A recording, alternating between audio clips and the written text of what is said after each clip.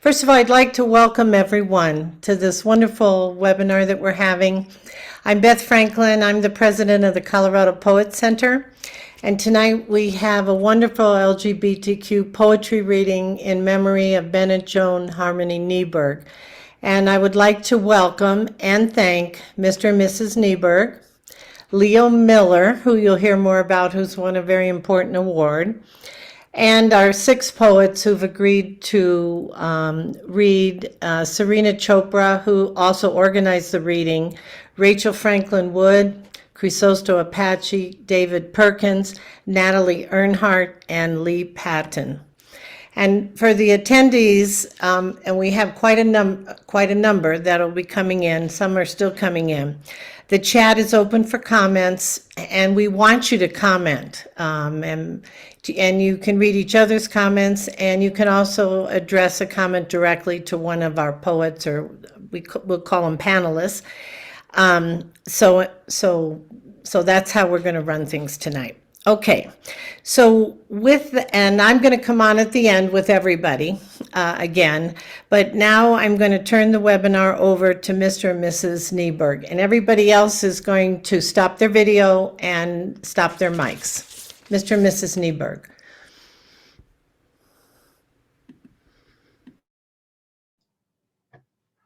Hi, good evening, everyone.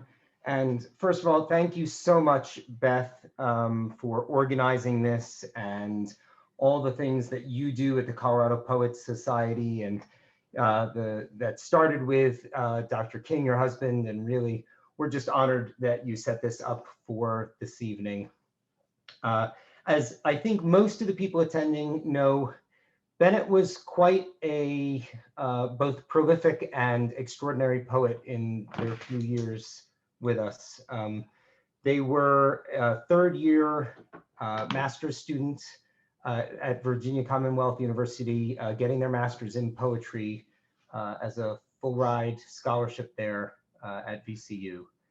And they, over that time, just developed into just this amazing poet who had been nominated for national poetry prizes. And as many of you know, we're actually looking to, with the help of Gasher Press, publish a book of their material sometime early next year. So what we're going to do is I'm going to read one of Bennett's poems, and Karen is also going to read one of Bennett's poems. And then we will talk a little bit about the poetry prize that exists in their honor and introduce Leo to read his poem.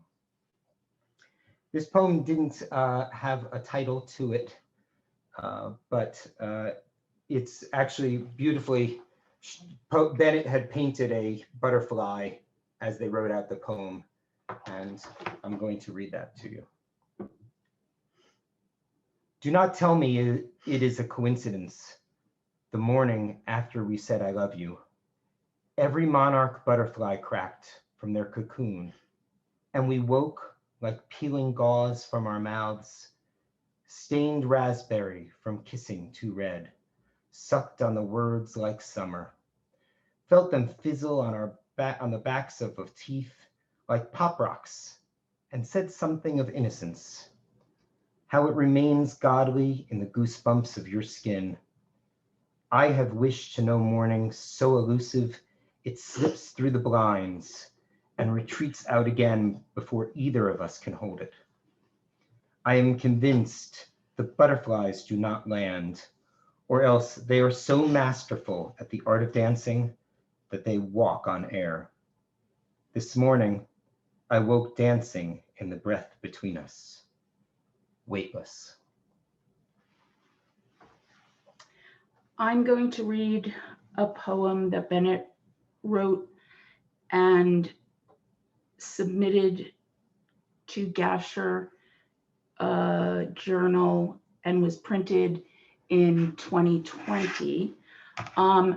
Bennett really found their voice at a young age, and the angry edge that accompanies many of their poems is something that especially asserts itself in one's youth.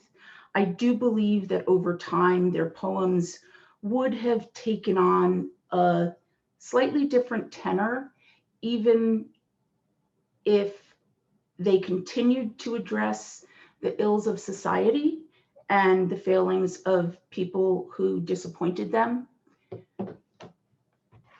So this is Register. When people ask me where I'm from, I answer based on where we are now. My friend says she can trace the way of a word graph back to the spoken syllable, but I prefer another origin, the first mouth to speak it, cord crystallizing in the throat, thickening. I'm sorry I don't know how to talk about who I am without mentioning who I was. I whisper, I deepen, I come inside from the rain, dressed in lace, skin translucent, voice thick as the man's grip around my waist, elbow in the groin, stern whip, throat, no. Who gets to speak? Who gets to apologize? I'm sorry it's difficult for me to talk about who I am without addressing how I am perceived. I am taught to yell fire. I watch a man walk into his apartment and turn on the lights with his voice. Every household AI is feminine. He does not say please, does not say thank you. Who gets to take? Who gets to give? Who gets to turn the lights on? A room so quiet you could hear an octave drop. I'm sorry. I lose my voice in transition. I remember the word sorry, like my mouth made the shape of its origin. The voice deepens to indicate dominance. In the beginning was a word, and it sounded like something guttural, one long syllable of ownership. I didn't know men could speak so softly until I sounded like one.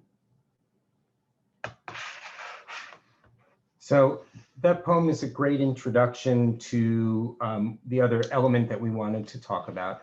Bennett identified themselves as a queer Jewish poet, as they would put in their bio for any publication that they submitted their poetry for, and went using they, them pronouns, often very gender fluid. On one day, Bennett would be very feminine, other days very masculine, and all the time very fierce about their identity as a gender fluid transgender poet. And Jeez. Having trouble with this. and to honor them, one of the things Karen and I did is we worked with Gasher Press to, sorry. A little comic relief.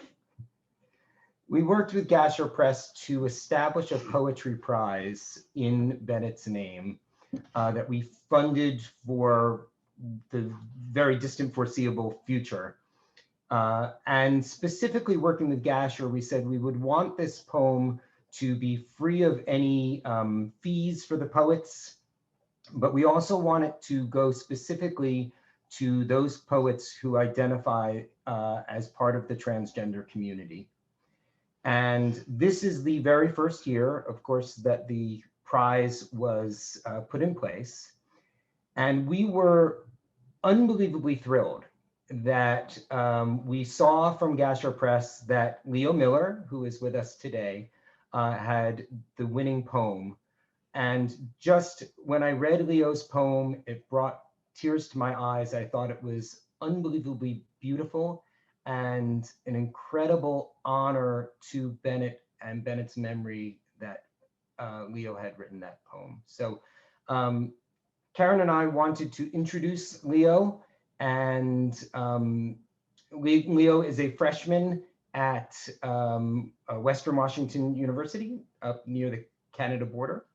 And Leo is going to read for us today his winning poem for the first winner of the Bennett Joan Harmony Nieberg Poetry Prize. So Leo, we're going to turn it over to you. All right, thank you so much for the opportunity.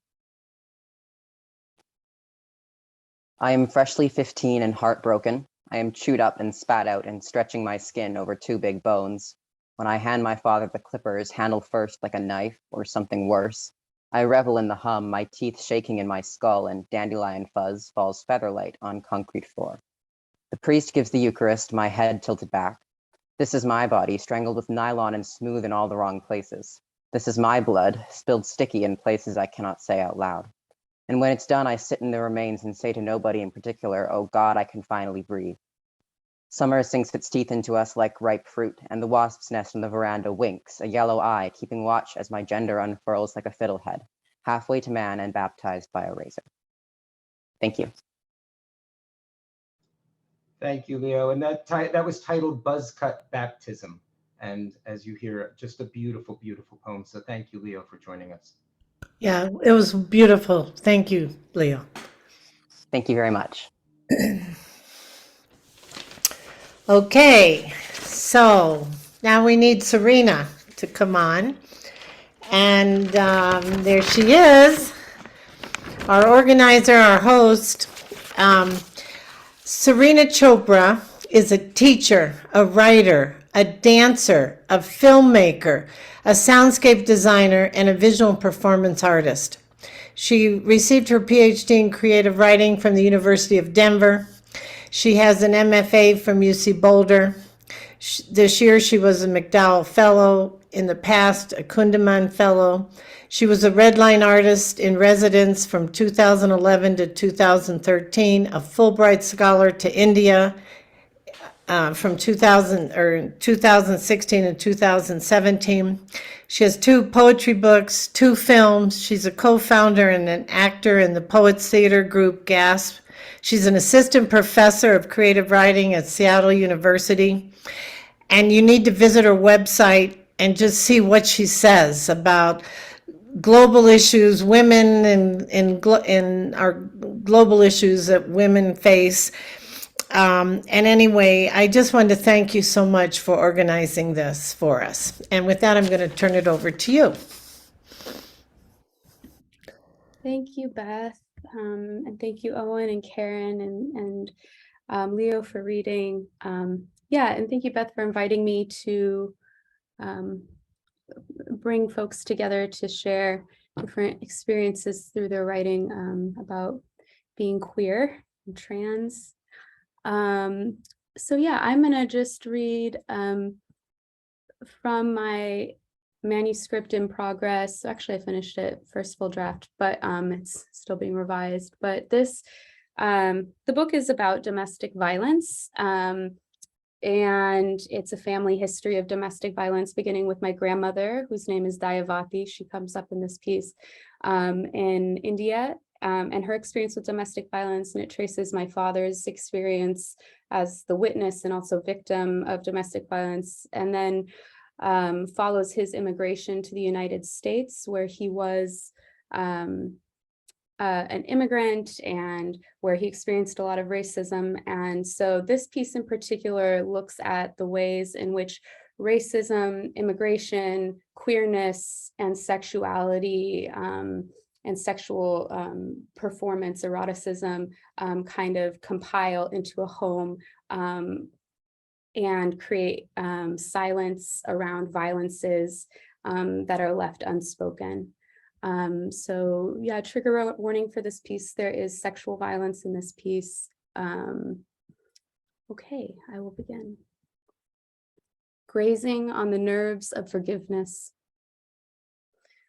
A neighbor girl asks me why my father is Black. It's weird that he's Black, she says. Why, I ask, my skin shaking like autumn losing itself to the bones.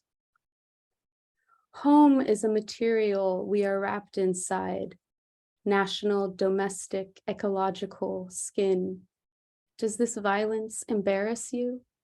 See, the survival of hands, this bud of flowering mint, our tiniest burgeoning brain, tracing contact like the tiniest of homicides. Father decorates our home with sculptures cut from the Ajanta caves, a red velvet chair in which Dayavati loved to knit, brass birds flying across the wall. We listen to Ravi Shankar on record, Together we climb a ladder and water the plants heaped above us, like amid this prairie, a jungle. My father's sisters, my buas, agree. Everyone loves babies that are fat and white. I was skinny and confused. My mother loves the sun so much she says she wants to be a napping cat in her next life. Sometimes when we are reading in the sun, she falls asleep and I fall in love with the sun for loving my mother so sweetly. Rebel son, you are my rebel father, to marry a white woman, an American, to not return home, to divorce. At the wedding, Dayavati gives my mother her gold bangles, a red sari, and an ivory carving of the 3 wise monkeys. See no evil, hear no evil, speak no evil. After my parents' divorce, everyone wants to know why that sweet young white woman has such a dark daughter. I smile so everyone can see my smile is sweet as hers. After the divorce, everyone looks at us like, what is that dark man doing with that child? I smile and talk to everyone so that my father smiles too. The sun sets and the cul-de-sac swells with grilled meat. But from my house, the intricate embroidery of jeera and burnt onion. I don't want to eat ketchup dinner at a friend's house, but I am curious about church. My mother tells me my skin is exotic and that exotic means unique. If my skin is exotic, do I feel less its tensions? My father tells my mother to keep me out of the sun. If I am kept from becoming dark, do I? I love the sun and become what I am. When I play hide and seek, I hide in my father's closet. I peek from behind his slacks transfixed by Dayavati's silver deities, her small gods preserved in silver aura on a silver platter, tucked in a curtain of his neatly pressed shirts, next to a bowl of pocket change. I hide. I close my eyes and don a silver aura. I tremble a time hidden in my throat, dead weight jaws, a pea-sized knot under the cushion of my tongue. I am possessed by what I cannot say. I search the sensation like it is a tiny brain in my mouth. I believe it is a prayer, and so I pray. When anyone speaks of my great-grandmother, they begin with the light color of her eyes. They sigh and say, though evil, beautiful, white skin, and they remember until death her perfect white teeth. My grandfather had light skin and gloomy blue looming in his eyes. My father is dark and cringing at this sentence. His sisters, my buas, are creamy white. The eldest can be so cruel that she is perhaps a reincarnation of my great-grandmother. It's karma, the eldest bua explains how a dark child's darkness is negative karma from a past life. Could have been animal abuse, she continues, with pictures and everything. Many times when I was a child, I was the only dark child. My rage so confused, so unloved. I carried a closet with me. My mother calls me prickly, a cactus, a hedgehog, anything with spikes. The white waiter hands my white kid cousins a glass of water. Pass this to your nanny, she directs them, smiling at me, winking. I don't correct her, but neither does my whole white family. How to see no evil, how to speak. I don't know the preposition relating me here. My mother calls the deep brown dots on my skin beauty marks. I count them to see how beautiful I am. Where my father comes from, it's poor to be dark and skinny. It's working class, like my mother and her family. My father tells me I am too skinny. He forces me to eat, and so I eat less and less and less. The act of chewing makes my skin crawl. I go wild, imagining the world digesting inside me. I fold eggs into roti, into napkins. I grow into the comfort of hunger, pangs grinning like the sun breaking dawn, light seething and clear in the heavy appendix of my childhood. Once, walking down a long hotel hallway discussing breakfast, my father becomes so angry at my thinness, he grabs my waist and shakes me. I hate writing stomach and belly.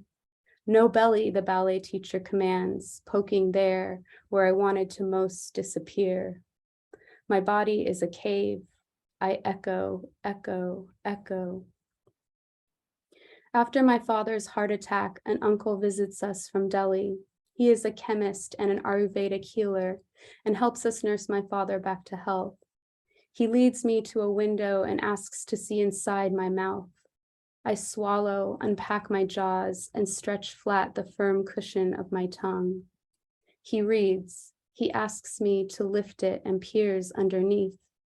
You hold too many secrets, he diagnoses. I shut my mouth, full of feathers. I nod an escaped woman to rest on my tongue. She is a smile, and she cannot sleep. Something forked flares beneath a knot, fraying as a grazing a brain. Pea-sized bruises button down her back. A surface of tension approaches its peak. My mother is beautiful and has two beautiful daughters, a white daughter and a brown one. She says both my daughters are as beautiful as models. Her white model daughter is runway, toothpaste, Vogue. But of me, she says, sensual, centerfold, pinup, exotic means unique. She is proud of our beauty because each is a version of her own desires. Between our galaxies of beauty marks, she constellates everything she wants to see, and nothing she hears, nothing she speaks. In a dream, I am on stage surrounded by men. Beyond them, at the next stage, a girl dances for no one, but my father is sitting there, his eyes turned down at a glass of water. Men like that never tip, a white girl tells me. They call us dream girls and give us t-shirts with an exploding gun. My mother repeatedly tells me girls are smarter than boys because she knows I'll need to believe it. By the time I am 5, my nerves swing on the command to pleasure. I will have to perform things I don't believe. There is feeling and becoming, and then there is belief. We don't have cable, but I've seen magazines and recognize my body believed. I hear the slip and know the charge between exotic and erotic. In the police report, I am 5 and I call it biting his carrot. An officer with a pen describes me, describing it to him. Many men ask me what I am. I tell them to guess and let their fantasy be correct. In the police report, I call it biting his carrot, and an officer with a pen describes me, describing it to him. The 16-year-old white boy on the first floor babysits an apartment complex full of dark girls. My mom and I share a stoop with him. He is number 5 and we are number 6. I am 5 going on 6. My back is full of scratches. I am 5 and I understand the meaning of looking over my shoulder. I practice it in the mirror. I practice my eyes. When will I be sweet 16? I ask the bathwater and count on my fingers. Underwater, they fume white like tiny white carrots. Autumn loses its mind. If I am ever lost, I ask, where are 5 and 6? Every kid in this complex has only mothers, it seems, including the boy in number 5. I am not sure about the fathers, but I see mine each weekend. He discovers my back full of bruised scratches, traces them under the inspection of bathroom lights, asks me, what is this? He pulls them gently open, as if inside them, the answer. Because the boy in number 5's name was, I refuse to wear Levi's jeans. I look over my shoulder, looking without offending, buffering the threat ever looming. $4 an hour, I wonder what did 5 buy with his babysitting cash? Or for what forgiveness did he save it? Of what we resemble to tell, speak no evil. Father brings me with him to his car garage, USA Lube and Tune, on the weekends. I arrange the magazines, serve coffee to customers, make bracelets out of printer paper, teach myself paint, solitaire, mahjong on the computer. I drink Dr. Pepper and love the smell of gasoline. I have my first crush on a mechanic named Nicole. Each morning, Nicole gives me her pink sweater to wear while she works. It smells like jasmine and gasoline. It's cashmere doll, she says, sticking her freckled nose in the air, clutching at the heart of her borrowed mechanic jumpsuit where Steve is embroidered under the soft white erotic of her engine-greased hands. My mother calls me princess because I am sensitive to everything, like everything is a tiny, innocuous pea. Growing up, my white cousin and I are close. He is unhinged, and I pretend to like it because no one else puts up with him. I like it because he is sometimes sweet. When he is sometimes sweet, he is only sweet to me. We are teenagers. He tells me, I used to be ugly, but now I'm hot. He laughs. One night, he is laying behind me, holding me sweetly, then tighter, grabbing my breasts into fists. I clench my thighs, hide between them a knot. I pretend to sleep, but am sick, frozen awake all night. I worry, can he hear the feathers in my chest? Laboring creature. When I tell him I am queer, he calls me a fucking queer. He calls me a fucking dyke and laughs maniac laughter. He marries a white supremacist who only listens to white music. He responds to my social media posts, you're not a person of color, you're my cousin. Emoji laughter. Years later, he calls me from prison. He's in for domestic violence. He's apologizing to me for things he might have said in the past. So you married a girl, he asks. Do you two like cuddle on the couch and watch movies and shit? He laughs. I tell him we live by the sea and invite him to come visit whenever he is released. But he has lost his license, and I know how afraid he is to fly. There is anger there, there is anger there, there is anger there. Scan the home like a brain. Outside, I graze the nerves of forgiveness. Amnesia rolls in like the fog of a long-distance call. I try and hear no evil, but where are my mothers? Mothers, where is your daughter? Grazing the last plot of this feeble, forgiving land. One day, we are driving through a congested maze of traffic in Delhi. A man on a bike had been hit by a car. Gridlocked, there's no space to maneuver around him. He is shaking in the street, each car driving gently over and over him. Our driver driving slowly over the body. Why, I speak, like a sieved prayer. Whoever stops could be blamed, my father, breathless, explains, pulling me back from the window. Wrapped in rags, children carrying babies tap windshield for money. Men get out of their cars, encouraging a nursing cow from the road. See, hear, speak, we pray. Guilt domesticates mercy, we pray. Forgiveness dilutes memory. But life is decades and decades of traffic. My body wraps me a home of 1,000 razor-thin faults. And I'll stop there for now. That's a long poem, so it goes on. But I am up next introducing Rachel Franklin Wood, who I'm so excited to hear read. Rachel Franklin Wood grew up in Laramie, Wyoming. Currently, she lives and teaches in Boulder, Colorado. Recent work has appeared or is forthcoming in Annulette, Fence, Hayden's Ferry Review, and the book We wanted all an anthology of trans poetics, which is absolutely fantastic, and I highly recommend. Rachel. Thank you, Serena. Thank you, Leo. Thank you, Owen and Karen.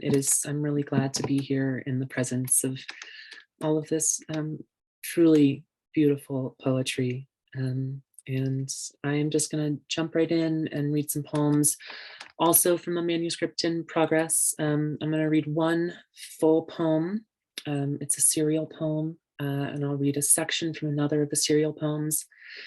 And then I'll read another poem, which is not finished in any capacity, and is me trying to think into kind of a problem at the core of this manuscript and bring in something bigger and gayer and weirder and a little bit more angry. So I'll just go for it. Okay. This first poem opens with a epigraph from Joseph Cornell's diaries. Casement. In a large whitish room, a sense of light, strong, spacious. At one point, looking down on it from a mezzanine, a huge glass case against a white wall. But of course, a house is only as good as what comes through its windows. A soft ooze outro, some art, some roughage. In this one, the television sectioned through clamshell, eye level, iridescent helmet, then ad. In this one, the long-necked sink and the pasta faucet, both. A gagged kettle, wide-mouthed, taken of its reed. And when I was asked what I most often dream, a maze. And if I had said instead, a window falling with age. Now dream, and two men serve trial for knitting sky tight to another's eyes. A gather of angels line the ordinary street, sheets on their back, a billow, a frame. A white so loud the head goes light. What exists in that blink, not the eye, not the ear, a gentle tugging. If I am at first delighted, delight a gesture toward deflation. Rescue a balloon from popping, the reward, wrinkles, limp, the bin. To witness a moment of contact, follow the pattern, not a window or a mirror, a modeled wall. This one cuts the room and pulls it open, a string of figures holding wrists, a shadow fractured over the blue easel, a basket of soft animals. This one disappears sideways into the wall so the house may better see itself. Crystal prism in my window, cast your colors to the wall. I have let in the cat to dart at the plane, to lift a paw to nothing. Like Cornell's boxes, so meant to be held. Balls wooden shifting in their dovecote, a marble game starting always at its end. The coo-mute rustle of the pigeons in their homes. Like his windows, mirrors instead, throwing gaze back, eye cereal in each doubled room. These boxes now behind the velvet rope, as that day at the Still Museum, the guard. Lady, you gotta stop standing so close to the art. Gasping open in the stomach of night, ulcer of waking, I who named the world a maze in sweaty turns, am colic, cannot self-soothe. Each waking more abrupt, more immediate than the one before, the ratcheting influence of the news feed. A screen gotten screen into. That this inheritance made more sense, that it was learned, that we might press close enough to the branch to not fall off. But in truth, it was Victor with his cars, and Harry at the cinema, and Frank on piano, and Sarah with Milton, and Lainey with her tool, and Lainey later in the West, dipping her fingers in salt wash and salving her nostrils. How cracked. And if they died of diet. And if they died of cigarettes. And if they died in their beds far away. And this is it, isn't it? The sight of the play. When the down comforter, heavy, is thrown from the bed, the sheet now that much closer to the window, now that much closer to this last window, this pine sash wedged in its channel, its slight buck tooth, the slim membrane which lets the world in both ways, mice in the yard, mice in the kitchen. And now I'll read a few pages from a poem called The Little Hesitations, which is thinking about ecological collapse, is thinking about technology, is thinking about cameras. And I think I don't want to say a whole lot more. When on the television, the shipping containers filled with sneakers tumble from the deck, they spill their little imprints in the direction of the current. When a body washes up, any decent mathematician can trace the ocean to the splash, reel in the bob, the white cap, the constant riffle circle pushing the mass around. We poke the swollen tongue, these failed mouths, no magic and a shoe swept up on shore, no message looping through the eyelets. Motes in the sunny front half, dust, caffeine, the lingering collective glass frame trauma waiting to flash. I tell the barista I'm anxious and he says, look around, we're all of us inside kids. My sister watches YouTube at double speed, the chipmunk pundits recapping Rittenhouse. Somewhere, an executive eurekas a faster frame rate into being and claps his own back. Dozens of offices with walls made of windows.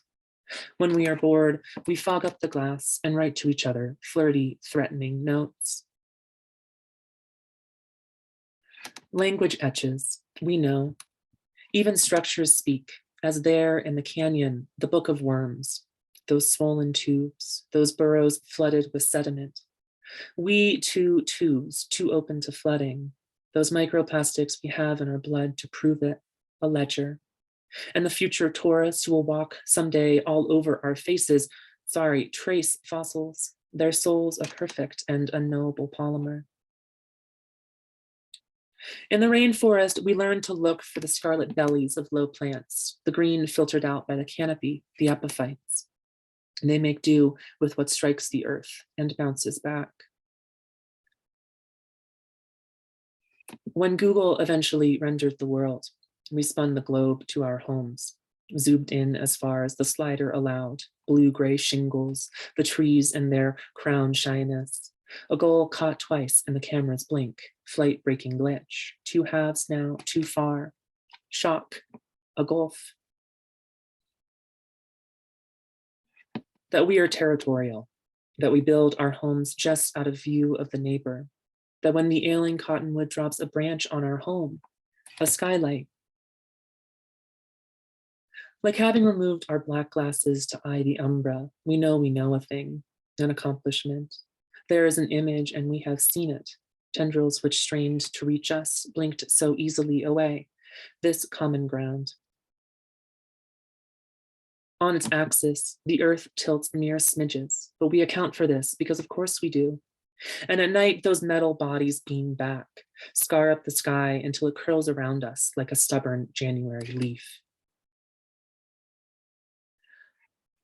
And this last poem that I'll read for you is also a little bit longer. It's a little bit, or like these poems, they're all a little bit long and drawn out, but this one is trying to be, I don't know, bigger in its feeling and less boiled down. And also hopefully in that method to be a little bit queerer. So we'll see. I mean, as I said, it's really not done, and I'm feeling a little badly about subjecting you to this experience of a poem that is, you know, kind of far away, but I hope you like it. Right now, I've just titled it Big Poem because I don't really know what else to do with it. Big poem. That is, it's difficult to enter this one. All the distractions of the day clattering when I shake them from their canvas bags. The new blue cigarettes leafing, the mask, lotion, and the eye cloth turned over on the table. Lonely in belongings, which sharpen the edges of things, which keep them at arm's length. Like the show with the partition, a shadow to love and voice alone. And the shows with the satin slip dresses, one each for every night of the week.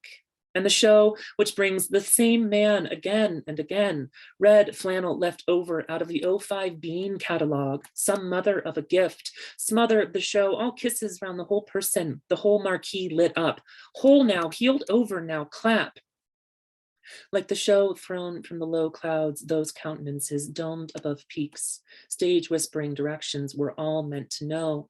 Like the shows that keep coming, and every year the pores in clearer focus, 4K, and I eat it all up. I blot up the oil from the pizza, I blot up the oil from my forehead, so you might want to eat me, a pesto sized upon the table. April, April, oh, who cares? I went to poetry school, and all I got was a nasty pun habit. I'm due back at the doctor, another shot in the stomach, and when it blisters open, it's something in the oil, of course, that show like a dream hanging in linseed. I do really believe in trans people, I do, and I don't really believe in any unattainable gender dreams. There are so many things we suspend in oil, and then the oil becomes the real thing. I remember in the market, my years in the sound, the hawked truffle oil, the real deal, unless you're a som or whatever. And who has time for taste anymore? We're doing horror, schlock, stock, and barrel. My students call everything camp, so here. If the formaldehyde drips from the baby head jar, you don't say, oh, formaldehyde. You say, oh God, yuck, get it off. There has been too much time in the shared liquid for this to be any more what it was. I really do believe in people. I think this whole thing is worth saving, or not this whole thing maybe, but the good parts like crown shyness, like all the awful furniture in the break room that appears as if overnight and never leaves. A friend takes his mother to the dump and she cries, I didn't realize it was just a hole in the ground.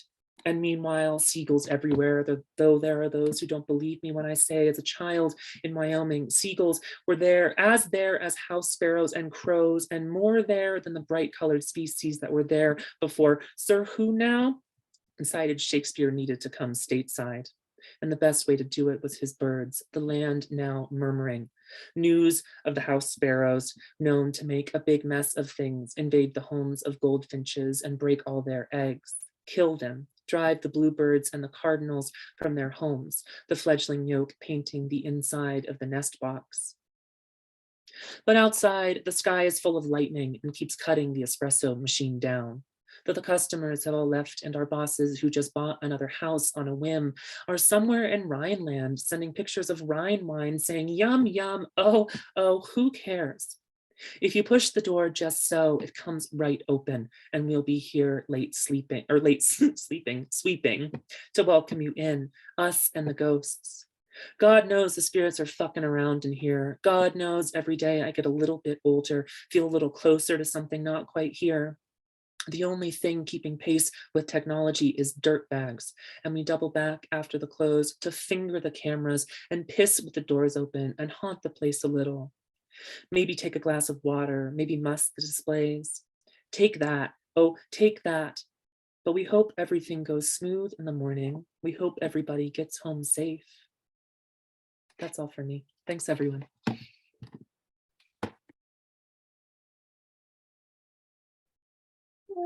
Amazing, Rachel. Thank you so much. Turn on my light here. I didn't realize how dark it was getting. That was incredible, Rachel. It's such a pleasure to hear you read those aloud. I'm fangirling a little bit. Up next, we have Natalie Earnhart, a dear friend. Natalie Earnhart is a queer writer from Denver, where she is a PhD candidate in English and Literary Arts at the University of Denver. She received her MFA from the Jack Kerouac School of Disembodied Poetics at Naropa University. She is a co-founder of the activist and performance reading series Tart Parlor, which focuses on sex worker advocacy and awareness. An amazing series, by the way. If you ever get a chance to attend, I highly recommend. Her work is widely published on Microsoft Word and Google Docs. Please welcome Natalie. Thank you, Serena, and thank you, everybody, and Beth and Rachel. It's just been such a pleasure to be here and listen and witness. And I'm also carrying the spirit of Bennett with me right now. I miss them so much. And also today I was gifted a book from their collection from a mutual friend, and also a broadside of theirs. And so I'm going to start with that, I think, to honor their memory. And it's, well, let me show you. This is what the broadside looks like. It's called How to Keep the Light On. The year I lost 20 pounds and worked 40 plus hours a week, and I almost burned the house down, falling asleep with the stove burning. All the food, we were so hungry, our mouths started to think each other a meal. So we devoured all the oxygen until there was nothing left of the flame.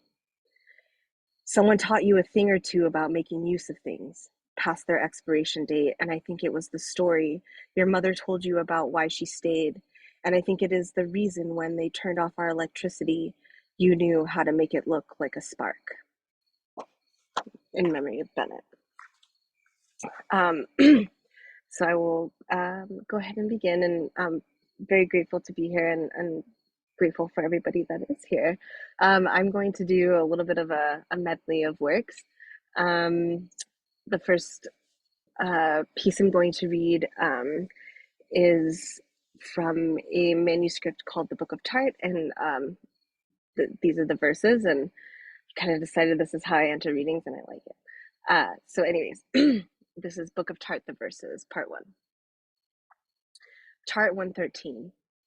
Mary has many forms, Queen of Cups who pours, all is love. What now she has lost, she gains from sun overpouring, flowing into all the men that purchase her love. Lest she be cheap or charitable, let it be praised her price is not affordable here on earth. Tart 114. Her beginnings were marked by making out with Jesus. He said unto her, let my own queer and tartness be known unto thee and all men. And so his saliva was also transubstantiated, and the real communion was exchanging of fluids. He comes to her at night and also calls her Mary. The men of this society, the 5 of discs, lay themselves in formation of a pentagram. Choral, quote, you shall not approach a woman to uncover her nakedness while she is in her menstrual uncleanliness. Leviticus chapter 18, verses 19 to 23. I want to sing about the body. Blood drips from uterus, sing, I am that body and blood. Blood sings, I am her cleansing flood. Let's smear on some neighbor's wall. They shall not trespass her or sing ungodly her body in blues enthrall. What of clots, menstrual drip, excreting pain and rose hip? This body is chorus that no child is within this womb. She is not dirty for the body's desire to shed lining whose crimson distress must be excreted to the outside. Let porcelain be stained. Let mouthful of blood be her own. Let freedom of excretion be so. Queen of cups for all that flows. Tart 116. Mary Magdalene pins the Sacred Heart to her chest. She, the most sacred tart. Whatever the ocean carries for itself, the 7 swords in separate locations, points part 7 seas, when men need to be reminded they are not stronger than the tide or wave or fluorescent particles that glow when she is red. Tart 216.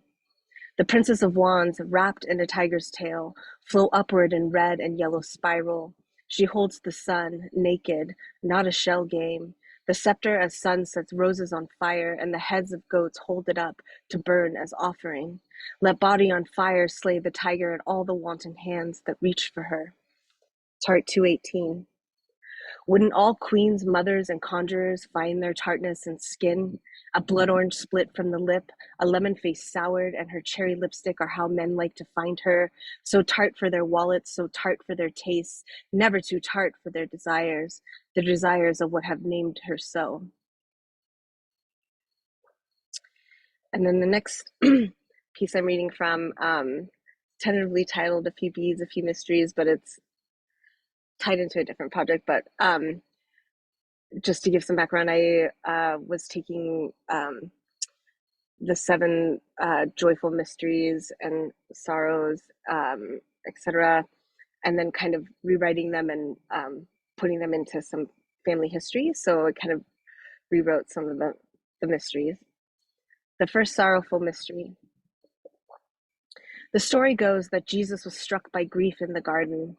Agony, they called it. He threw his hands over a jutted rock. Meanwhile, Judas is leading a mob in the darkness and planning a nice kiss for Jesus. He knows his betrayal is coming.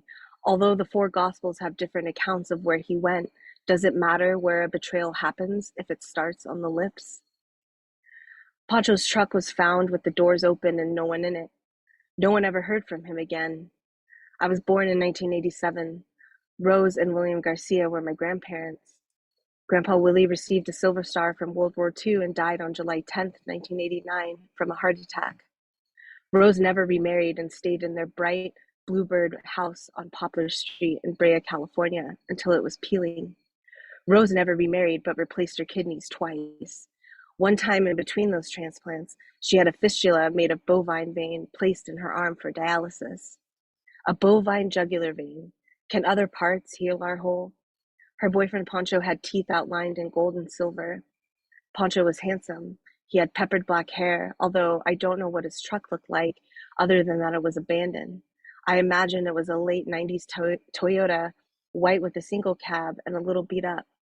They spoke in Spanish unless they were talking to me. He would laugh affectionately, call me mija, and applaud my little acts of refusal. Pancho used to whistle at me between his teeth like a slide whistle when I said my favorite word, no. Always his little traviesa. I called him Pancho Villa.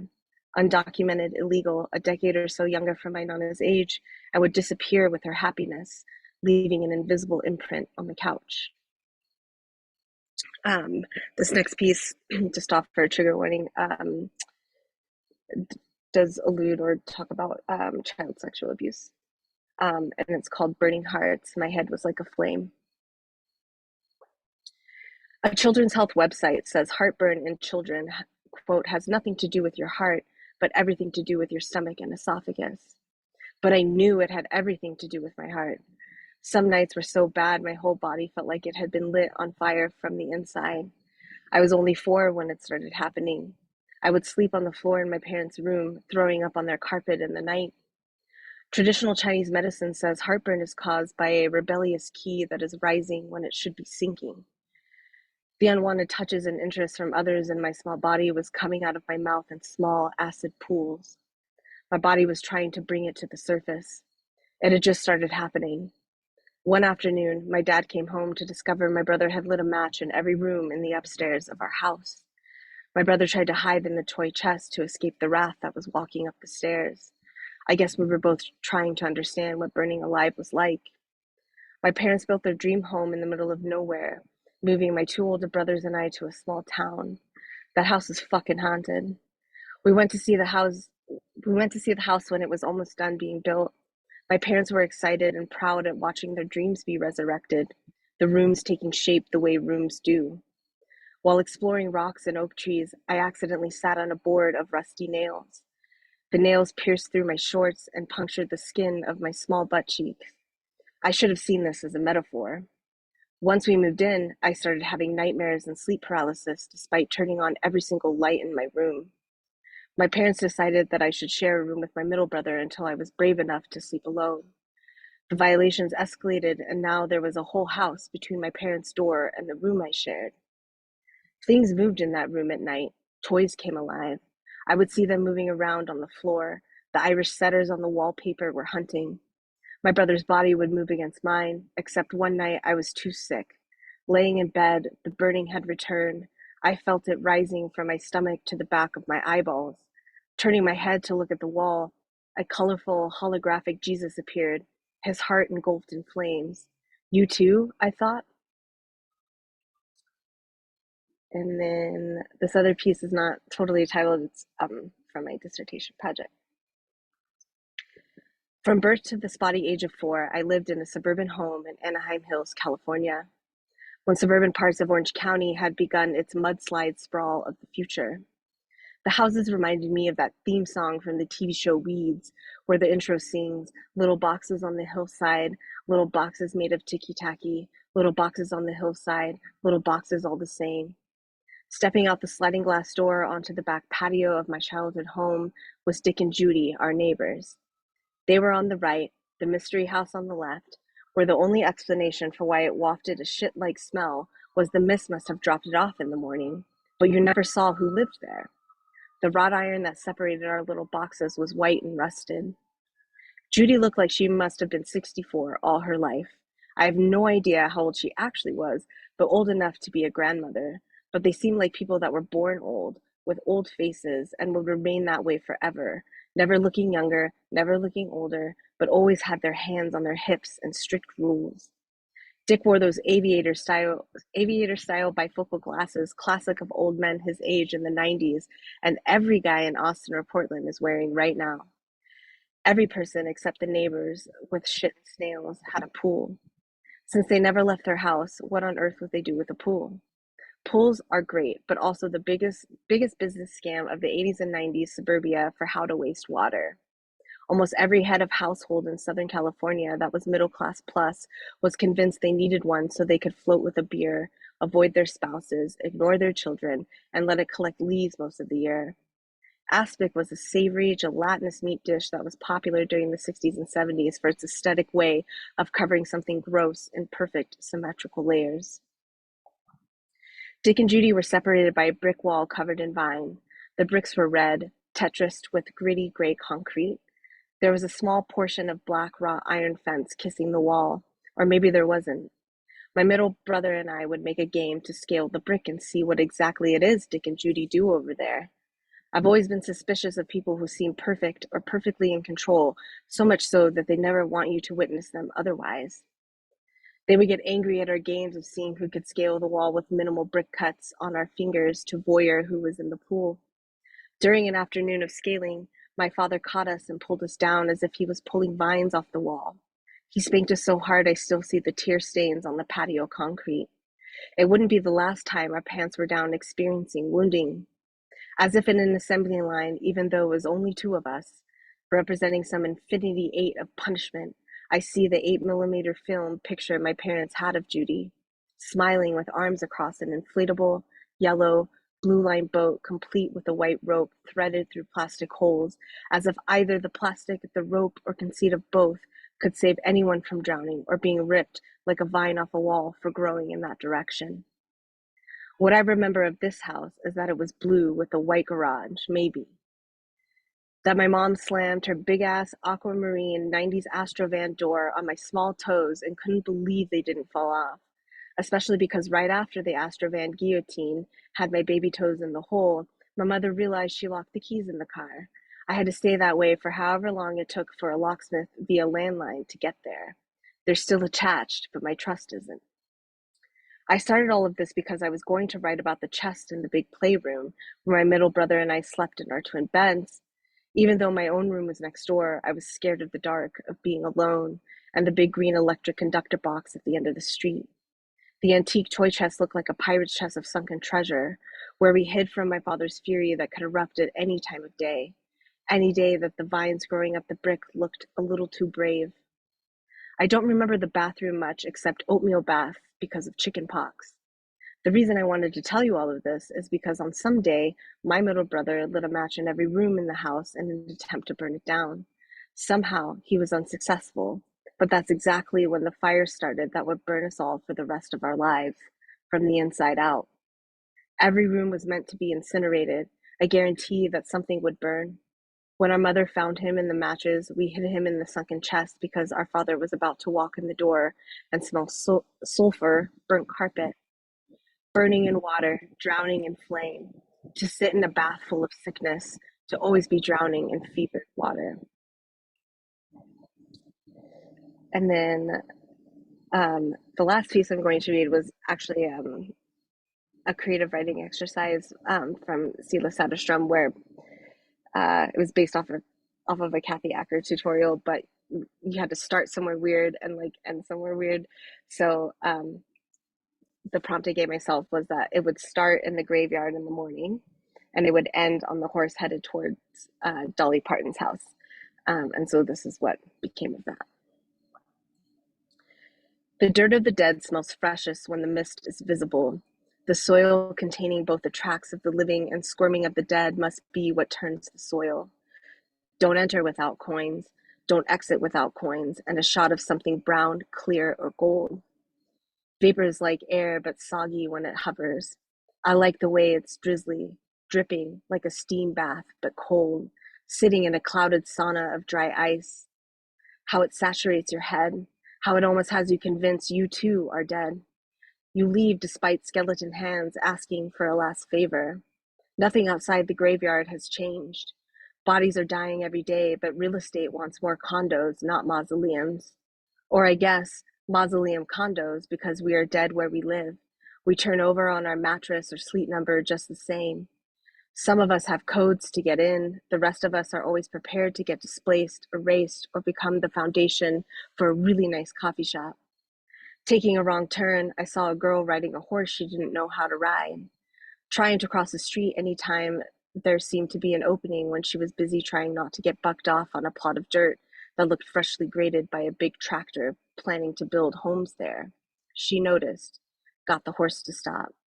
As if at an impasse, we tried to oblige one or the other to go ahead. Somehow I wasn't wearing any pants and felt embarrassed about that because why would I be walking around like this and insisting on crossing this sizzling asphalt? Walking serpentine around this asphalt snake path, this girl and her horse were closer to me.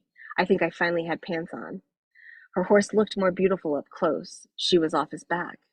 We chatted about something or other about our impasse, and I mentioned I used to ride horses for 11 years and did what she was trying to do, jump things and feel freedom. Somehow, a horse with a halter and lead appeared in my hands as an example or an IE. Not knowing where this horse came from, I didn't really care, but I felt delighted. Her horse became more well-behaved, perhaps because it finally recognized another self amongst dirt heaps with an unburdened back. Extending my gratitude and tightening the lead rope, I walked off with this new horse.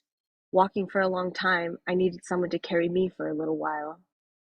Plodding, trotting, and sometimes galloping, we emerged from a forest in a place I couldn't tell you.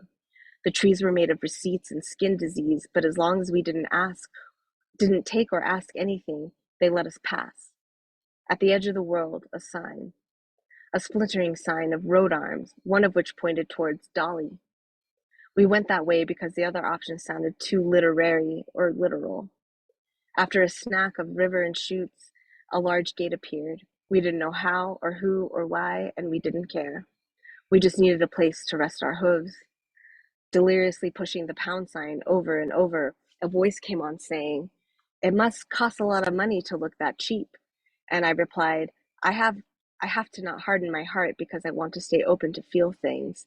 She asked, "Tell me your favorite verse from 9 to 5. I said, "Easy." Well, I tumble out of bed and stumble to the kitchen, pour myself a cup of ambition, yawn and stretch and try to come to life. Thank you.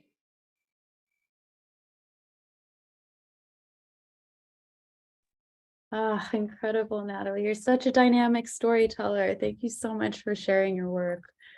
What a joy that was. And up next, we have some shorter readings from 3 CPC folks. The first up is Lee Patton.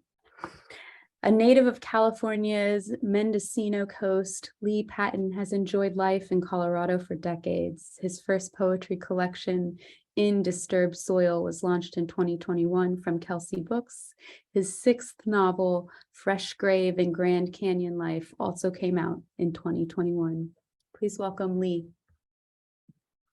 Thank you, Serena. And thanks to both you and Beth for herding us all together for this. I'm going to read 2 shorter poems from a series that I had published in the UK gay poetry journal called Impossible Archetype. And they're both kind of love poems in a way. The first one is sort of from the perspective of midlife, I guess. It's called Urban Renewal. Summer's lease expired 6 weeks ago. So night falls like a cartoon piano from some 3rd floor balcony while we're stuck on the street going, why's this so damn dark all the... 6 weeks ago, wasn't this a parking lot? Weren't shopping carts overturned where that Lexus slinks into concealed garage? Didn't lonesome condoms congeal where marble fountains spurt on the breeze? Couples smooch on rock benches lining street after street of luxe condos, stacked 3 high and packed tight behind brick facades, faux antique, every quarter pane window still taped. Even though a quarter century gapes between you and me like a bulldozed lot, I feel fearless under the threat of steep black grand piano nightfall. Instead of smash and squelch and silence, I hear the first chords of a prelude, simple and sure, from an open window. In warm fall breeze on fresh poured curb, we mark our first 6 weeks with a kiss, freshly planted as these autumn trees. And then this next one is whatever comes after midlife. And I got to get this cat because he is crying out. Come here, come here. Sorry about that. Naturally, he comes in just when I'm reading. This poem is called Where Else? Late autumn can be a second spring. The frost hasn't yet killed what's green, and a burning sun slants in to revive pots of oregano and sweet basil. We are sore from laughing in bed. We're still flushed from the urgent plush, lost to the world refreshment of sleepy morning love. Boggled, we're bound to slurp coffee after coffee. I love this weekend, slow starting, sunny fuzziness. Clarity's slow work from heaped sheets to fully dressed and ready for errands, meetings, garden beds to dig up and put to sleep for a winter, who knows how long, how bad. Out in the yard, birds squiggle around the dry fountain, dive bomb on the deck, scatter under the junipers. Red cheeks like love-flushed men, white side feathers, long straight tails. Before you consult the bird book, I guess thrushes. Finches, you dispute. I am willing to concede finchness, but argue thrush for the hell of it. Shouldn't they be heading south, you wonder? I say, right now, where else would they want to be? Thank you.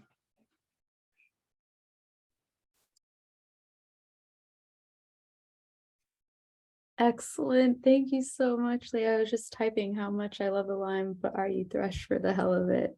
Ah, wonderful. Thank you so much for sharing. Up next, we have David Perkins. David M. Perkins is the author of 3 collections, I May or May Not Love You, which is the latest, Postmodern Blues, and forthcoming in fall 2023, congratulations, In From Forever. All from Ice Cube Press. He owned 2 bookstores in the Denver area before moving on to book publishing at the University of Illinois Press, Georgetown University Press, and Oxford University Press, among them. His poetry aims to honor the craft and traditions of the past in ways that endeavor to make it new. Excellent. Awesome. Welcome, David. Thank you. Thank you. My first book was I May or May Not Love You. My second was Postmodern Blues, just to clear that up. And the first poem I'm going to read is older than Natalie. It was published originally in Christopher Street magazine, which was the gay magazine in the 70s and 80s and into the 90s. It was the place to be published, and I was thrilled when young guy had it first published, and I put that in my first book, I May or May Not Love You. It's called Epilogue to a Moral Fable. Dorothy lived there for another year or so, and then her aunt, followed by her uncle, within 3 months died. The tornado had wrecked the farm anyway. The hired hands were scattered, and Dorothy was sent to stay with relatives even farther away in the city, where she could not keep her dog. She was regarded as strange and standoffish, given to flights of fancy, but that was attributed to being so long without family or friends. Soon, she was ready to attend the university. It was there she learned, much to her dismay, she could not have a relationship with any of the men who understood her vision. And indeed, it soon became weeks when she would not think of where she had been or what she had seen. She is 89 now and living in a nursing home on her teacher's pension. Some of her old students still come to call and listen very intently when she begins to carry on, as her nurses call it. And even then, some of them will hang about the door when she talks of going home again. The second one is in postmodern blues. And this needs a willing suspension of disbelief from all of you. I was not always old, ugly, and bald. Once upon a time, I was really kind of hot for 5 minutes. Anyway, it has to do with, it's kind of an ode to a celebration of that very promiscuous time that we had in the gay community before AIDS. And it's called Nights Fleeting. You may not think I remember you, but I do. And I suspect, like you, that memory of me, nights fleeting, has flown. There was so much drinking then, too many drugs there to remember everything. But to all of those beautiful boys who have on their backs or bellies sprawled into their bed or on mine, bathed unblushingly there in moonlight or in dawning sun peeping through at the sides of drawn shades, what an offering you were, unwrapped, undone. Such a generous array of skins, textures, smells, and tastes. Talk of big and tight, and that importuning to me, or your God or Christ, those were the one nights we somewhat remember, although they sigh and run together. We spent those afterwards with first times, what this one said to the other, and a room full of laughter, and those rumbles of an after hunger, or that sudden nodding off. Do not think for a moment I do not remember. My third one tonight, up here in Colorado, when you go up high in the mountains, away from the city lights, you can see this wonderful spread of stars that are the Milky Way. And this is where the inspiration came from. But it's a poem in memory of a friend of mine, well, actually, a former lover of mine, who died about a year ago this time. It's called In Memoriam. And tonight I would like to dedicate it to Bennett, if I may. High mountains at night, away from city lights, display a sky arrayed in a bejeweled spill of stars arranged at our edge of the Milky Way. A frozen froth of time, a wave washed up at the speed of light for our delight. Is this where you went when you stepped out of life, where the words I write will no longer reach you? Did you wade naked out into that glow, fall into the stellar foam, deep into the engulfing light? When you left us bereft behind you, did you glance back when I whispered my goodbye to leave a smile from my eyes? You are out there somewhere in that rainbow ribbon of forever shining. I will in my sorrow seek you there. Thank you.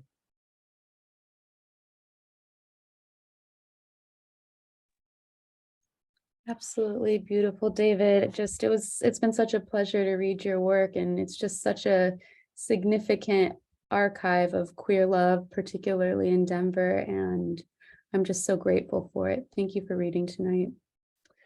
And up next, we have Crisosto Apache.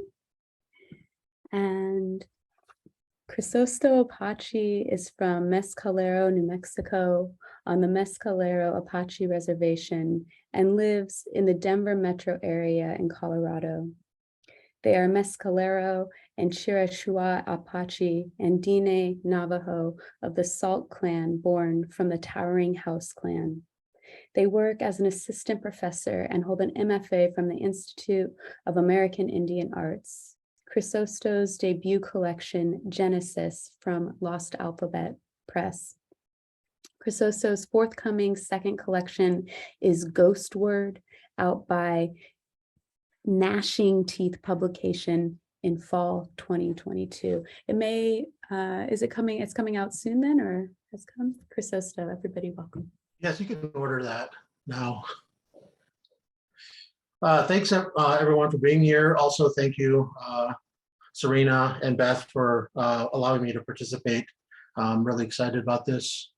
My poems in Ghost Word are sort of an autobiography and follow loosely the 1920s modernist Japanese writer Akutagawa Ryonosuke and his book, A Fool's Life.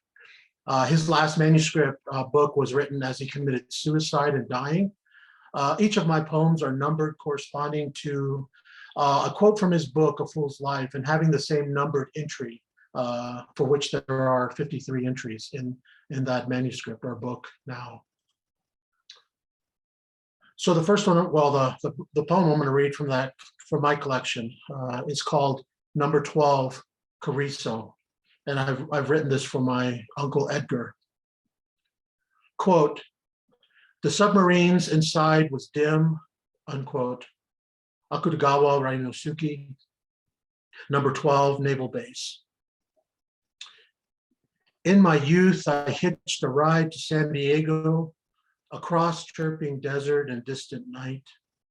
I gazed upon a slow, moving dark encasing a convex cerulean cavity.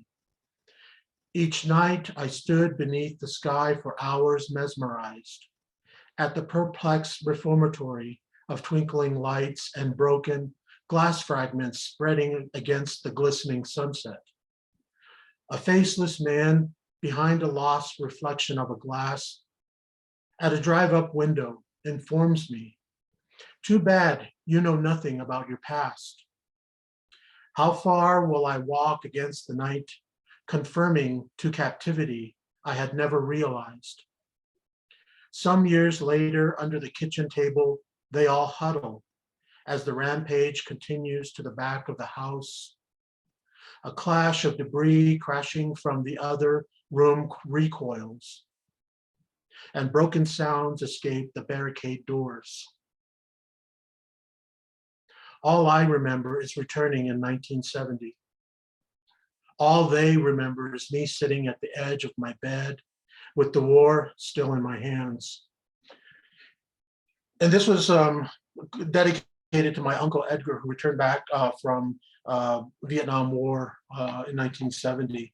And this poem was inspired in a conversation between me and my mother. And she told me this story about my Uncle Edgar. And she stated that since his return from Vietnam, he had never been the same.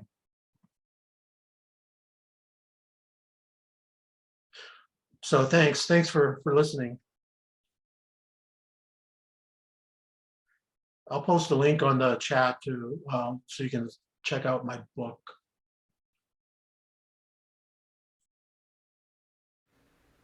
Thank you so much. Whoa. Okay. Owen, why don't you and Mr. and Mrs. Nieberg come back on, and I'm going to let you say whatever you want to say now, and then I'll just say goodbye at the very end. Thank you so much. I always feel, especially in a setting like this, that I have to preface any comment by saying I am not a writer. I do want to say that I feel so honored to be present in this familiar setting of such brave and deep, talented writers. And I know Bennett would have been the first person to say something beautiful and encouraging to each of you, but I would never try to imagine what that might be. I wish we had an interpreter for that wonderful cat poet. And David, I am of an age that I can recognize that you were hot and you look pretty good.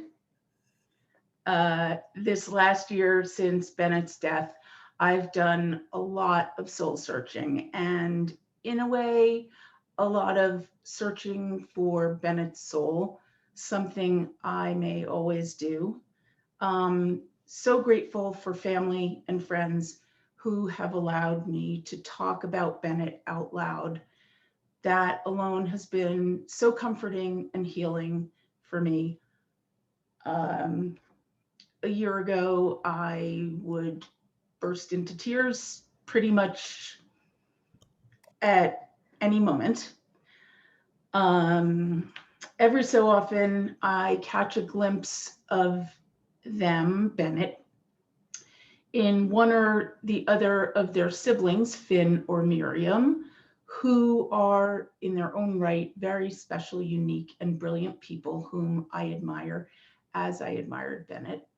Some of Bennett's friends have lovingly spent time with our family and me and have shared stories and photos we would not otherwise have known, and their generosity of spirit has brought us great joy, and for that we are so thankful.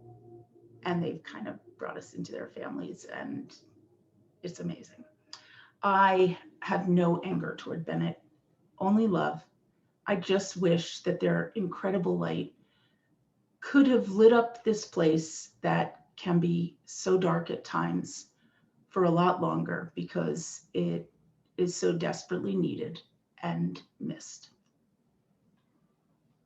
And we just want to also say again how beautiful tonight was. All of you poets were magnificent. We really enjoyed listening to your artistry. I think we especially loved the generational elements of it. Again, we were so pleased to hear the buzzcut baptism that we started with from Leo, and all the promise that his poetry holds just as a freshman in college, to be writing such beautiful words already at that stage. We were very, very touched to listen to Natalie, who was, friends with Bennett. And I know Bennett's spirit was there standing next to Natalie while she was reading the poems. And just really appreciate, Beth, that you put this together to honor their memory. And we really deeply appreciate that. So thank you. All the poets were amazing and beautiful, and it was breathtaking. So thank you. I couldn't a million times. Thank you. Yeah. In fact, I think you should be a writer, maybe even a poet. No, seriously. No, and thank you. Thank you all to the donors who were on this webinar. The poets were fantastic. Why don't all of you guys come back on just to wave goodbye to everyone? Okay. They're fantastic. Yeah. Okay. So thank you. The webinar in about a week or so will be posted on the Colorado Poet Center website. So thank you again, all you wonderful poets, and Mr. and Mrs. Nieberg. Thank you, Beth. Oh, we Thank love you, you Serena. so much. Thank you. Thank you. Thank you. Good night. Thank you, everybody, so much.